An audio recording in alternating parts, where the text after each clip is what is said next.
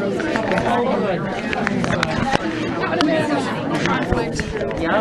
would have sacrificed the baby.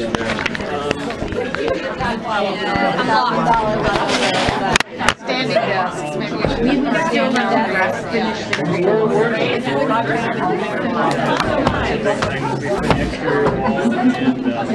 I don't think he's on our list. Hand me that one. This one? Yes. It's not working. It's locked. Did you just click in the middle? It's alive. You just click on it. Click in the middle? See? It needs to be updated anyway, so shut it down. That's exactly right. Hey, you did a good job with the play. Oh, thanks. How were the flying monkeys? They scared some kids. They were awesome. That? Were they? They scared some kids. Yeah. Good. Ready? Yeah. Okay, we'll call to order this special meeting of the Dickinson Public School Board. I see we have one request for public participation. Mr. Lyle Smith, if you'd like to come up and sit or stand, whatever you're comfortable with, and you know our public participation policy, so. I do, thank you. Go ahead, welcome. Thank you. First of all, I'd like to please strike Bethany Krieg of Prairie Rose and Gail Dr. Hagen from the petition, as they are social workers not licensed by ESPB. And I apologize for the mistake. I missed that on the proof. On Monday, December 15th, I sent Dr. Sullivan a correspondence on behalf of the DEA. It stated in part that, on the matter of the DLA school board policy and related exhibits, I believe you, Dr. Sullivan, and or the board is looking for a scary monster where there is none. In the petition for recognition that was rejected by the board, the petition contained some names that were a mistake. These things happen. There were no hidden messages. It was a mistake and nothing more. The DEA then did a better job of instructing who should sign, resubmitted the petition for recognition, and it was accepted. No confusion, no misunderstandings as stated in item 2 of your evaluation. I truly thought and sincerely hope this is water under the bridge. There can be no confusion. Both sides are limited by the North Dakota Century Code as to what is appropriate negotiation unit, and the law is clear who can be represented. The DEA is always and will always follow the law. Nowhere in 15.1.16 does it give the board authority to dictate to our association the language of the petition. It does state the only reason the board can reject our petition is if they believe we have not proven we represent those individuals we claim to. That is why we resubmitted the new signatures in the last petition. It would be in everybody's best interest if the policy was reconsidered and rescinded. This is a distraction that neither party needs. I know I sure don't. There's no reason to fix the language. It's been used for 40 years since the DEA, you, Dr. Sullivan, and the board knows who you bargained for. No one east of Gladstone should matter. Now I realize that the correspondence that I sent Dr. Sullivan was after the fact. It had already been decided. The new board policy had been adopted on December 8th without any input from individuals the most affected. I will accept some of the responsibility as I missed the November 17th meeting when it was stated that the NDSBA recommended adding the policy DLA, recognition of negotiation units. This is yet another instance where individuals outside our school district are dictating policy. As a matter of fact, the board adopted the policy even before the supporting documents were completed. That approach is puzzling to me. This may seem like petty to some, but we do not believe that there is anything in the Century Code that allows the board to reject our petition for using a specific form. Section 1E states that if a petition is not contested, the board shall recognize the petitioner as a representative organization of the negotiating unit, unless it finds in good faith that there is reasonable doubt the representation exists. With 223 qualified signatures on our petition, there's no doubt we represent who we claim to. We come here to urge the board to accept our petition so that we can begin to rebuild the relationship and trust so devastated by the last year and a half. I would go even so far as to hope that we could move towards a more collaborative bargaining format. We are not anarchists pushing back at every opportunity. We are professionals. and we follow the rules and the law, but instructors young and old, DEA, and non-members have a genuine concern what the next new board policy will be at the recommendation of the North Dakota School Board Association. Thank you. Thank you, Mr. Smith.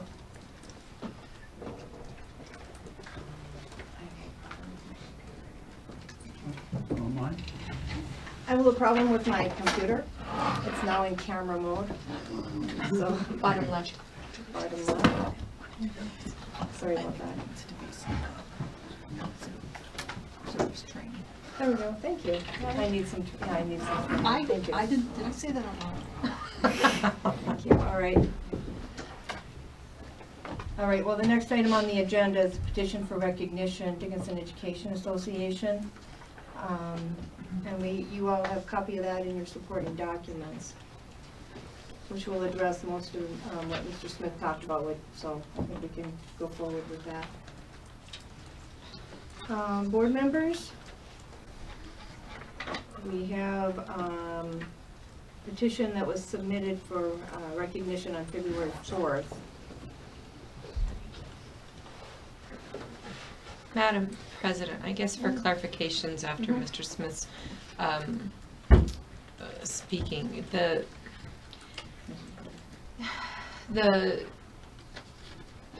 state law was given to the DEA prior to them getting signatures by the teachers. Is that correct? So you're asking is if the board policy was disseminated, did the superintendent disseminate the policy? And the century code. And the century code with it? Is that, okay, that's a question. Dr.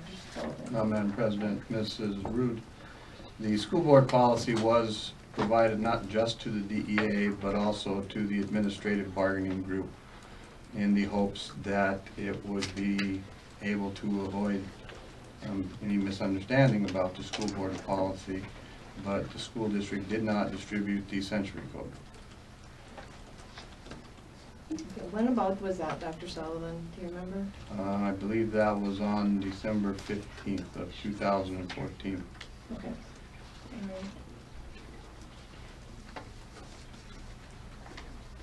right. Madam President. Yeah, Mrs. Rood. The signatures then, minus the 2 social workers that Mr. Smith has said, are all the signatures on the petition classroom teachers like Century Code requires? Dr. Sullivan or Mr. Ripu, I reviewed them. I believe you reviewed them. Yeah, to the best of my knowledge, they all are, other than the 2 that Lyle mentioned. Those are the only 2 that I spotted.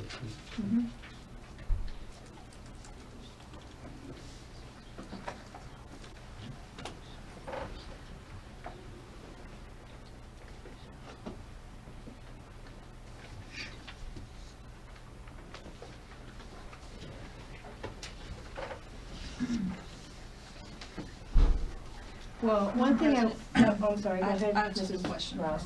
Yeah. Dr. Sullivan. So does this petition meet the requirements now of the board policy DLA? Madam President, Ms. Ross, Dr. Sullivan. the petition is not on the form that is provided for in the school board policy, nor is the notice of intent as per the board's definition. Madam President. Mrs. Rood? Dr. Sullivan, was the DEA given such a form before signatures were started? Madam President, Mrs. Rood, as I said previously, it's important for everybody to remember that it wasn't just provided to the DEA, it was provided to the administrative bargaining group, and the petition was distributed. The form of the petition was distributed.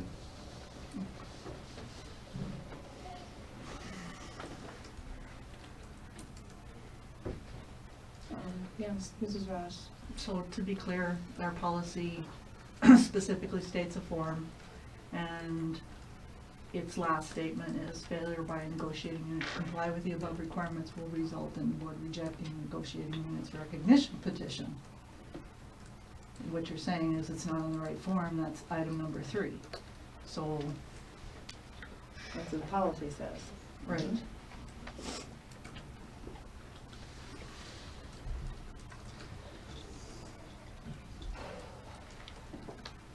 And I wanted to clarify for Mr. Smith, part of that policy was not meant to go towards any particular group, but really meant to clarify things for the school board, because previously, there's been a lot of questions by school board members.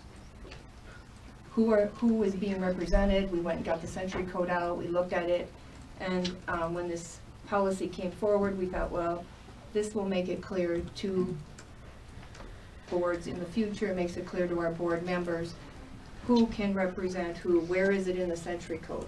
And that was not directed and meant to be against any administrative group, any teacher group, or whatever. It was just really to clarify for everyone. But we do see that in the policy, it says that failure to comply with the requirements will result in the board rejecting negotiating unit's recognition petition. I would also, does any board member have another comment? I have another point that I wanted to see. Does anyone else have something? Madam President. Yes, Dr. Sullivan. I would like to request a brief recess, because the email that Mr. Smith described and read for the group is accurate, but what was not stated for the group was that there was a follow-up email that did not receive a reply. Yes. And I feel like that needs to be entered into the record. I was just going to ask, that was my next point, if you did respond to that email and So if what I can happened. request a recess briefly to go get a copy of that email. Sure, we'll have a brief recess for approximately 5 minutes or less if you.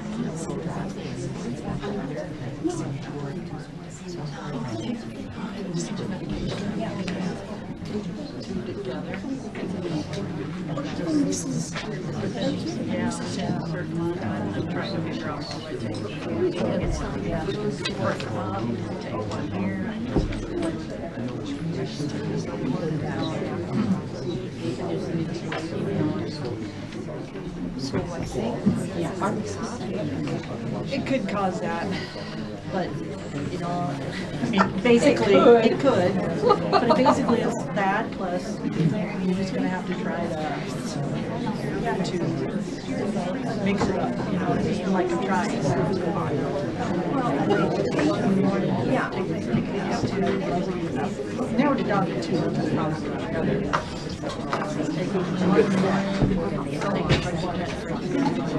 No, this is my exercise program So I'm still figuring it out.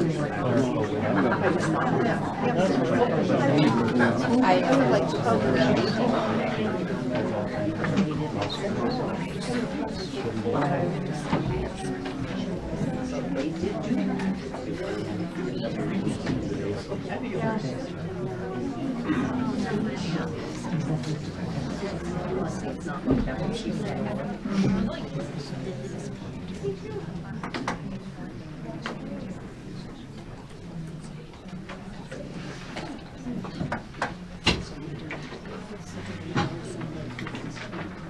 Does that make sense to you guys?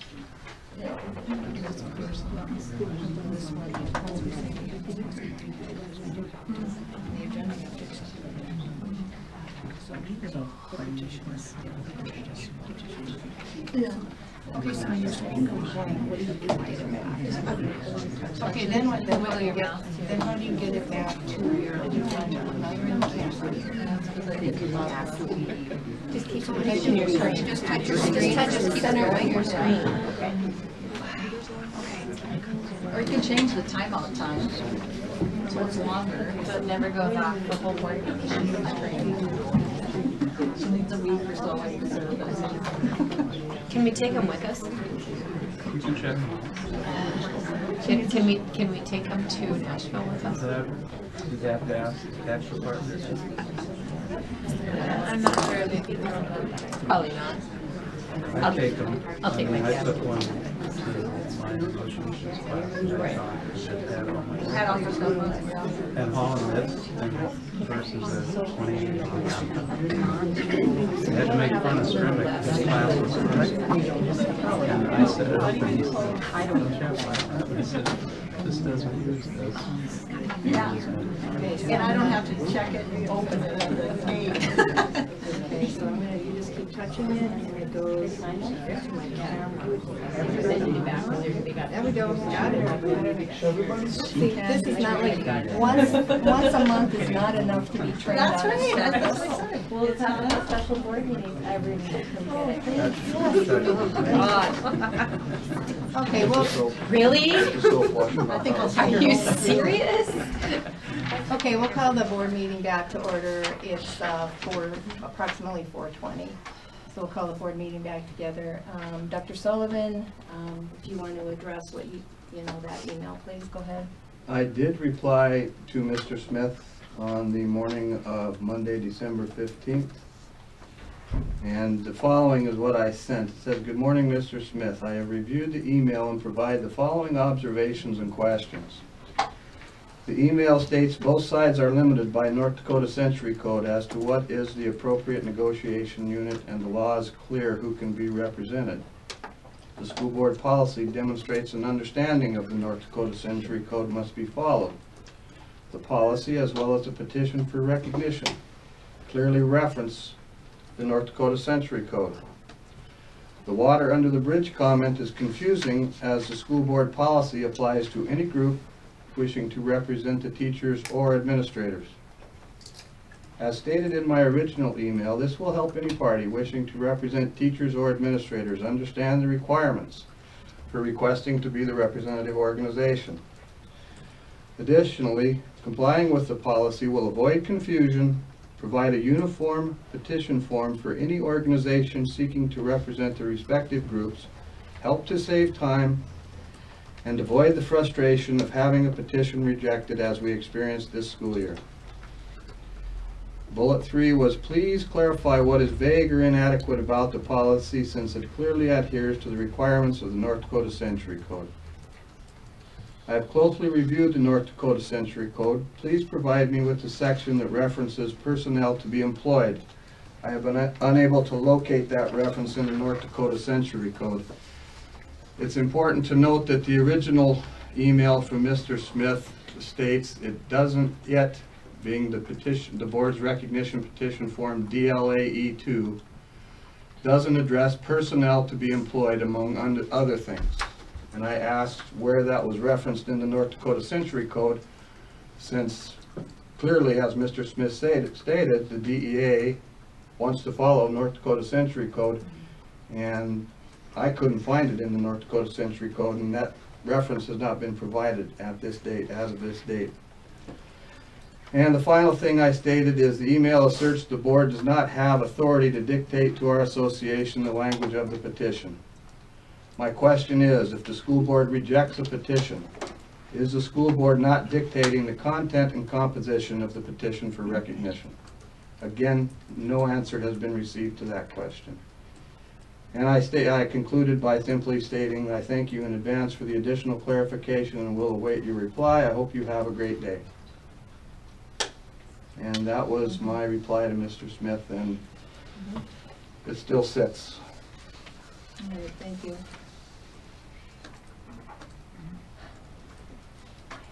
Board members, any further comments before I make my point that I need to make? No? All right. The school board has a resolution dated October 7th, 2014, in which we recognize the DEA's petition. And if you look at the Century Code, you have the petition stands for a year. After, let's see, what does it say? At least 1 year. At least 1 year. Once a representative organization has been selected, its authority to represent the negotiating unit continues for at least 1 year from the date of the selection. 15.1-16-11, bullet number 6. So if you just take a look at that, or you may want to look back, it's not October of 2015 yet. So It still stands. it still stands.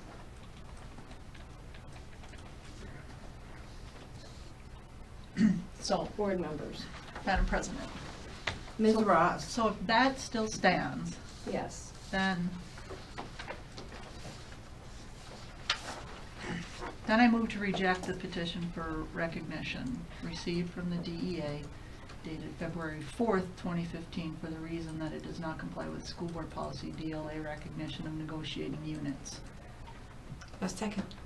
Okay, moved by Ms. Ross, seconded by Ms. Rude. Clarification needed by anyone on this motion? Dr. Sullivan? No, Madam President. Okay. All right, hearing none, we will vote on the motion and roll call vote. Mrs. Ricks? Aye. Mrs. Rude? Aye. Mrs. Ross? Aye. Chair votes aye, the motion carries unanimously. Madam President, Mrs. Rude?